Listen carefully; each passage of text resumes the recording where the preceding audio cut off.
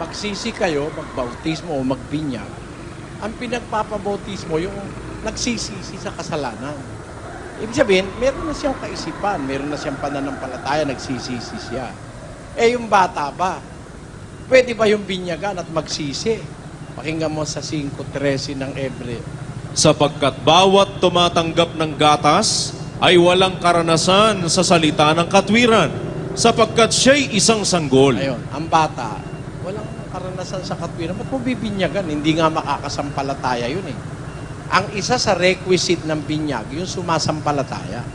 Pakinggan mo, sa Gawa 8. At sa pagpapatuloy sa daan, ay nagsidating sila sa dakong may tubig. At sinabi ng bating, narito ang tubig. Ano ang nakahahadlang upang ako'y mabautismuhan? At At sinabi ni Felipe, kung nananampalataya ka ng buong puso,